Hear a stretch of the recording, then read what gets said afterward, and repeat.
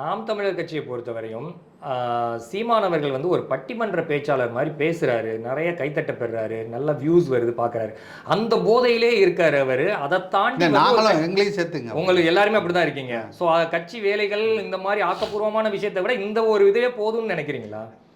இந்த கிராமத்துல எல்லாம் சொல்லுவாங்க, அண்ணா அவர்களும் திமுகவும் வளர்ந்ததே பேச்சினால தாங்க, பேச்சாற்றனால தான் கட்சியிலே தானே இருக்கு. செயல்பாடுகள் இன்னும் அந்த அளவுக்கு செயல்பாடுகள் 8% அங்கீகரிக்கப்பட்ட கட்சி, அதுவே போதும் இல்லைங்க. இது வளர்ச்சிங்க.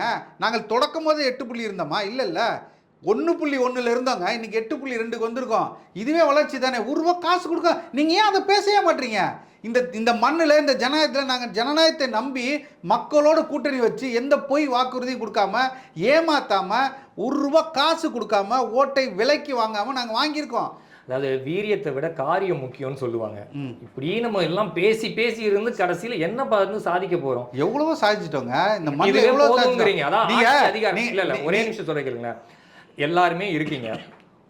ஒரு சட்டசபையில ஒரு நபர் வந்து உள்ள போயிட்டாருன்னா, ஒரு சட்டமன்ற உறுப்பினரா போயிட்டா, அது உங்களுக்கு எவ்வளவு ஒரு இது கொடுக்கும்? ஒண்ணுமே கொடுக்காது, எதுவுமே கொடுக்காது. ஆட்சி அதிகாரம் தேவையே இல்லை. எங்களுக்கு